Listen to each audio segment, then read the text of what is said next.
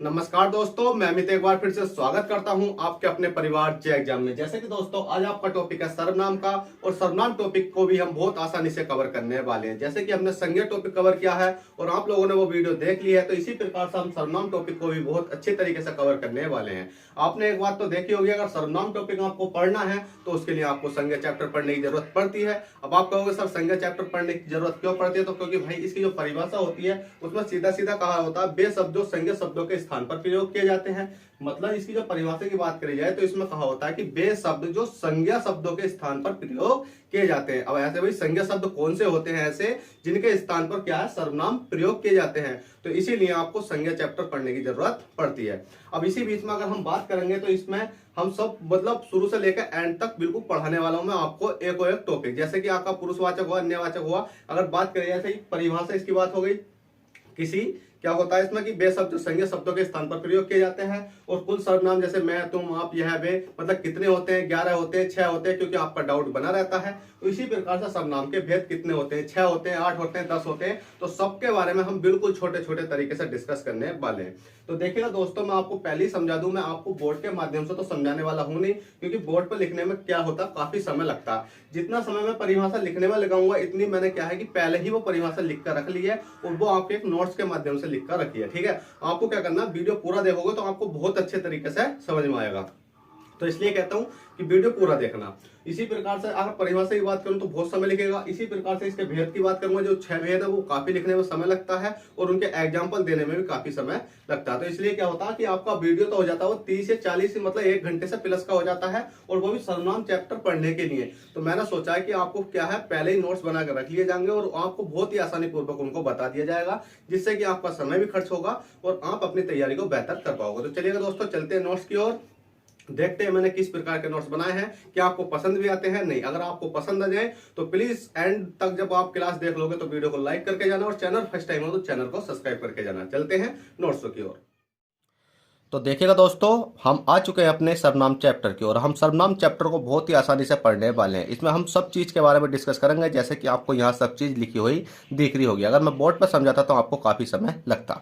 जैसे कि बात करी जाए सर्वनाम की, तो देखिए सर्वनाम के बारे में हम ज़्यादा डिटेल से बात नहीं करने वाले हैं, क्योंकि हमें क्या है कि एग्जाम कॉन्ट्रीब्यू से पढ़ना है। तो इसी बीच में हम परिभाषा की बात करते हैं। जैसे कि इसमें कहा गया है कि बे शब्द जो संज्ञा शब्दों के नाम पर इस्तेमाल किए जाते हैं। मतलब जो बे शब्द होते हैं, ऐसे कौन से शब्द होते हैं जो संज्ञा शब्दों के स्थान पर प्रयोग किए जाते हैं। क्योंकि इसकी डेफिनेशन बस इतनी होती है कि इसकी परिभाषा की बात करेंगे तो बे शब्द जो संज्ञा शब्दों के नाम पर इस्तेमाल किए जाते हैं सर्वनाम कहलाते हैं। अब देखिएगा, मैं आपको एग्जाम्पल के तौर पर समझाऊं। जैसे कि मेरा नाम क्या है, अमित है, तो मैंने कहा कि अमित एक अच्छा लड़का है, अमित क्रिकेट खेलता है, अमित बाहर घूमने भी जाता है, अमित से अच्छा कोई नहीं है। अब इसमें मैंने क्या कहा, अपने नाम को कई बार रिपीट किया कि अमित एक अच्छा लड़का है, अमित क्रिकेट खेलने जाता है, अमित बाहर घूमने भी जाता है और अमित से अच्छा कोई नहीं है। तो मैंने क्या काम करा, इसमें परिभाषा के अनुसार जो संज्ञा क्या कहा कि बे शब्द जो संज्ञा शब्दों के स्थान पर प्रयोग किए जाते हैं। जो ये क्या होते हैं, जैसे मेरा नाम क्या है, एक संज्ञा है। ठीक है, जब आपने संज्ञा चैप्टर पढ़ोगे तो आपको ये पता चल जाएगी संज्ञा क्या क्या टॉपिक होते हैं। मतलब ऐसा एग्जाम्पल कौन सा होता है जो संज्ञा का होता है। तो जैसे अमित है, तो अमित की जगह मैं क्या कर सकता हूँ, जैसे कि अमित एक अच्छा लड़का है, और अमित की जगह मैं कर सकता हूँ वह क्रिकेट खेलता है और वह बाहर घूमने जाता है, उससे अच्छा कोई नहीं है। यहाँ देखो अमित से अच्छा कोई नहीं है, तो मैंने सीधा कर दिया कि उससे अच्छा कोई नहीं है। मतलब संज्ञा को हम दोबारा से रिपीट नहीं करेंगे, उसकी जगह हम सर्वनाम शब्दों का प्रयोग कर लेंगे। देखिएगा, आपको इस प्रकार के एग्जाम पल देखने को भी एग्जाम में मिल सकते हैं। अगर इसी प्रकार से आप कहोगे कि सर सर्वनाम तो होते हैं, वो कौन कौन से होते हैं, मतलब कितने सर्वनाम हमें देखने को मिल सकते हैं, तो भाई साहब आपके कुल सर्वनाम तो होते हैं वो 11 होते हैं। अब 11 सर्वनाम कौन कौन से होते हैं अगर मैं लिख के बताऊं, तो जैसे कि क्या हो गया, एक नंबर 1 पर लिखो मैं, और नंबर 2 पर हो गया तुम, मैं, तुम, आप। ठीक है, मैं, तुम, आप, यह, वह, ये, वे, कोई, और क्या हो गया, कोई कुछ, और जो, और सो। आपने देखोगे तो गिन के देखोगे कि 1 2 3 4 5 6 7 8 9 10 11, तो आपके जो कुल सर्वनाम होते हैं वो 11 होते हैं। मैं, तुम, आप, यह, वह, ये, वे, कोई, कुछ, जो, सो। मतलब यहाँ जो आपका जैसे एक शब्द जो रिपीट होता रहता है, जो संज्ञा रिपीट होती रहती है, उसकी जगह आप सर्वनाम का प्रयोग कर सकते हो। देखिए यहाँ से भी आपका कोई क्वेश्चन ज़्यादा देखने को नहीं मिलता है। अब जो क्वेश्चन देखने को मिलता है वो आपका यहाँ से देखने को मिलता है कि सर्वनाम के जो भेद होते हैं वही वो कितने होते हैं। तो सर्वनाम के जो भेद होते हैं वो आपके कितने होते हैं, 6 होते हैं। अब सर्वनाम के भेद 6 तो होते हैं, पर आपको ये मालूम होना चाहिए कि कौन कौन से होते हैं। तो देखिएगा, आपको बता दूं कि सबसे पहला आता है आपका पुरुषवाचक सर्वनाम, ठीक है, और निश्चयवाचक सर्वनाम। उसके बाद आता है अनिश्चयवाचक सर्वनाम। उसके बाद आता है प्रश्नवाचक सर्वनाम। नंबर 5 पर आता है संबंधवाचक सर्वनाम। और नंबर 6 पर आता है आपका निजवाचक सर्वनाम। मतलब कुल सर्वनाम कितने होते हैं या सर्वनाम के भेद, सर्वनाम के प्रकार कितने होते हैं, 6 होते हैं। कौन कौन से? पुरुषवाचक सर्वनाम, निश्चयवाचक सर्वनाम, अनिश्चयवाचक सर्वनाम, प्रश्नवाचक सर्वनाम, संबंधवाचक सर्वनाम और निजवाचक सर्वनाम। अब इसमें एक सर्वनाम ऐसा होता है जिसके क्या होते हैं कि 3 प्रकार होते हैं। क्या होते हैं? 3 रूप होते हैं। कौन सा होता है? वो होता है भाई आपका पुरुषवाचक सर्वनाम। देखिएगा, मैंने यहाँ नोट डाल के लिखा पुरुषवाचक सर्वनाम। इसके कितने होते हैं? तो 3 भाग होते हैं कि उत्तम पुरुषवाचक, मध्यम पुरुषवाचक और अन्य पुरुषवाचक। अब आप कहोगे सर हम इसकी पहचान कैसे करेंगे? तो देखिएगा दोस्तों, मैंने आपको इतना नहीं समझाया, इसके साथ साथ मैंने आपको हर एक सर्वनाम का मतलब क्या है कि एग्जाम्पल के तौर पर भी समझा रखा है। तो इसमें आप बस इतना समझ लें कि उत्तम पुरुषवाचक में जो इसका क्या होता है, जो इसकी पहचान करते हैं हम मैं और हम। अगर आपको मैं और हम कहीं दिखाई दे जाए और इसकी कारक व्यक्ति, जैसे इसकी कारक व्यक्ति कौन कौन सी होती हैं? मैं की, जैसे मैं की मेरा, मेरी, मैंने, मुझको, और हम की हमारा, हमारी, हमको, और तुम की तुम्हारा, तुम्हारी, तुम्हें, ठीक है। इसी प्रकार से अन्य पुरुषवाचक में वह, यह, ये, वे, ठीक है, उस, इस प्रकार के अगर आपको दिख जाए तो आपके क्या होता है? अन्य पुरुषवाचक होता है। अब हम आपको एक टॉपिक के साथ इसको समझाने की कोशिश करते हैं। अब देखिएगा, सबसे पहले मैंने लिया है आपको पुरुषवाचक सर्वनाम, जो आपके कितने 3 भागों में डिवाइड है। कौन सा? उत्तम पुरुषवाचक, मध्यम पुरुषवाचक और अन्य पुरुषवाचक। मैंने आपको इसमें बता दूं कि जो इसकी डेफिनेशन होती है वो होती है वे सर्वनाम जो पुरुष जाति का बोध कराएं। वे सर्वनाम जो पुरुष जाति का बोध कराएं उन्हें पुरुषवाचक सर्वनाम कहते हैं। जैसे कि ये 3 प्रकार के होते हैं। कौन कौन से हो गया आपका? उत्तम हो गया, मध्यम हो गया और अन्य पुरुषवाचक हो गया। उत्तम पुरुषवाचक में क्या होता है कि जैसे मैं हो गया और हम हो गया और इनकी कारक विभक्ति हो गई। जैसे मैं की मेरा, मेरी, मैंने, मुझको, और हम की हमारा, हमारी, हमको। अगर इसके एग्जाम्पल की बात करी जाए तो एग्जाम्पल हो जाता है कि मेरी बीवी बहुत खतरनाक है। अब आपने एग्जाम्पल में देखा कि मेरी बीवी बहुत खतरनाक है और मेरा घर बहुत अच्छा है, ठीक है, मेरा पेन यहाँ लाओ। इस प्रकार के जब आपको एग्जाम्पल दिखाई देंगे जिसमें भी आपको मतलब क्या होना चाहिए, सर्वनाम क्या होने चाहिए? आपको होना चाहिए मेरा हो, मेरी हो, मैंने हो, मुझे हो, या हमारा हो, हमारी हो, हमको हो। तो आपको क्या देख लेना? तुरंत उत्तम पुरुषवाचक देख लेना, क्योंकि उत्तम पुरुषवाचक की पहचान यही होती है कि जिसमें कि मैं और हम इसकी क्या हो और मैं और हम की क्या हो? कारक विभक्ति हो। इसी प्रकार से देखिएगा, आपको ये टॉपिक तो मतलब कॉन्सेप्ट क्लियर तो होते हैं, वो होते हैं आपके प्रैक्टिस से। जब आप एक प्रैक्टिस बुक लगा लोगे अच्छी सी, तो आपको पता चल जाएगी हाँ अगर किस प्रकार से आपको समझाया जाता है, क्योंकि उसमें 4 एग्जाम्पल दिए हुए होते हैं और 4 एग्जाम्पल जब आप समझते हो तो आप बहुत आसानी से समझ सकते हो। इसी प्रकार से आता है आपका मध्यम पुरुषवाचक, ठीक है। मध्यम पुरुषवाचक में होता है आपका तुम। क्या होता है? तुम। तो तुम की कारक व्यक्ति होती है तुम, तू, आप, तुम्हारा, तुमको, तुम्हारी, तुम्हें, ठीक है। अगर एग्जाम्पल की बात करें, तुम बहुत चालाक हो और आप बहुत तेज हो, तो आपने देखा तुम भी है और आप भी है, तो इसमें देखिए आप भी आ सकता है। तू की जो क्या होती है कारक व्यक्ति, तू, आप, क्योंकि आप मतलब तू सा बोल सकते हो किसी को, तू कहाँ जा रहा, आप कहाँ जा रहे हो, तुम्हारा क्या कारण है, ठीक है। इसीलिए आप मतलब क्या होना चाहिए, आपको पता होना चाहिए कि किस प्रकार के मध्यम पुरुषवाचक में जो क्या होते हैं सर्वनाम होते हैं। तो आपको पता चल गया कि इसमें तू होता है मतलब तुम होता है और तुम की क्या होती है? कारक व्यक्ति होती है। इसी प्रकार से अब आपका नेक्स्ट आता है जो लास्ट होता है इसका अन्य पुरुषवाचक। अन्य पुरुषवाचक में होता है वह, ये, वे, ठीक है। यह, वह, ये, वे और उसकी कारक व्यक्ति, जैसे उन, उन्हें, उसको, यह। अगर इसमें बात करी जाए एग्जाम्पल की, तो वह कल मुझसे मिलने आई, ठीक है, आएगी। वह कल मुझसे मिलने आएगी। तो आपने देखा वह है, जहां भी आपको वह दिखाई दे तो आप तुरंत क्या कर सकते हो? इस प्रकार का अन्य पुरुषवाचक समझ सकते हो। तो मैंने आपको ये बता दिया है कि पुरुषवाचक मतलब जो पुरुषवाचक होता है कितने प्रकार का होता है? उत्तम पुरुषवाचक, मध्यम पुरुषवाचक, अन्य पुरुषवाचक, और इनकी कार्य विभक्ति के बारे में भी मैंने बात कर लिया। देखिएगा, पुरुषवाचक आपका सर्वनाम तो है वो बिल्कुल खत्म हो चुका है। और इसके क्या है कि जब मैं लास्ट क्लास एक क्लास लाऊंगा आपकी एग्जाम्पल के तौर पर, मतलब सर्वनाम के मोस्ट इंपोर्टेंट क्वेश्चन, तो आपको वो क्लास देख लोगे तो आपका एक भी क्वेश्चन गलत होने वाला है। बाद में आ जाता है आपका कौन सा? निश्चयवाचक सर्वनाम। ठीक है, मैंने आपको दूसरे नंबर पर क्या बताया था, निश्चयवाचक सर्वनाम।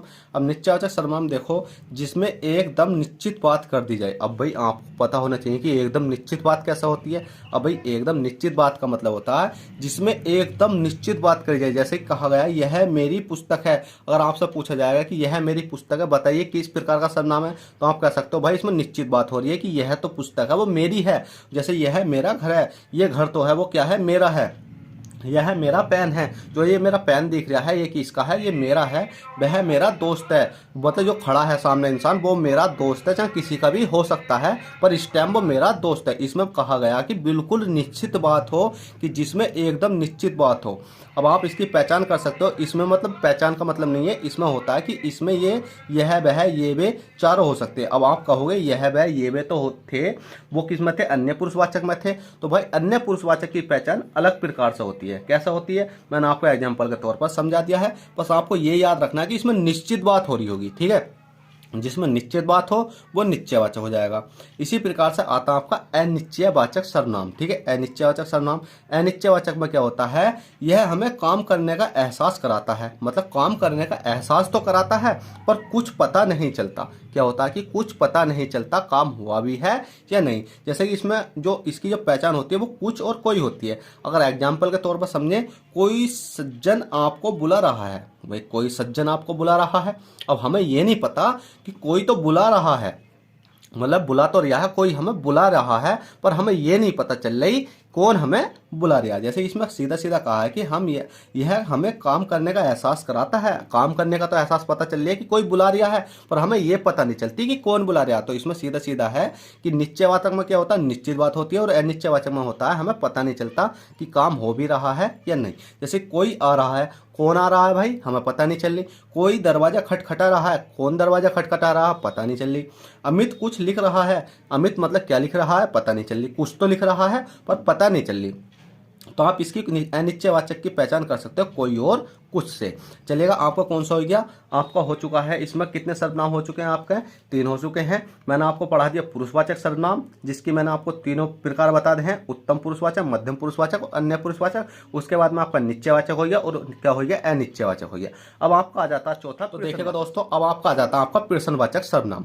अब प्रश्नवाचक सर्वनाम की क्या पहचान होती है, बस उसमें कुछ नहीं होता। इसमें होता है क्या और कौन। मतलब आपको पता होता है कि जब प्रश्न लगता है, जब ये वाला क्वेश्चन मार्क तो आपको दिखाई देता है, ये प्रश्नवाचक होता है। जिसके पीछे भी आपको इस प्रकार का कॉमा लगा हुआ दिखाई दे तो आप आसानी से, मतलब 90% मैं मानता हूं कि प्रश्नवाचक सर्वनाम में आपको होगा। मतलब क्या होगा, प्रश्नवाचक सर्वनाम में आपको देखने को मिल जाएगा।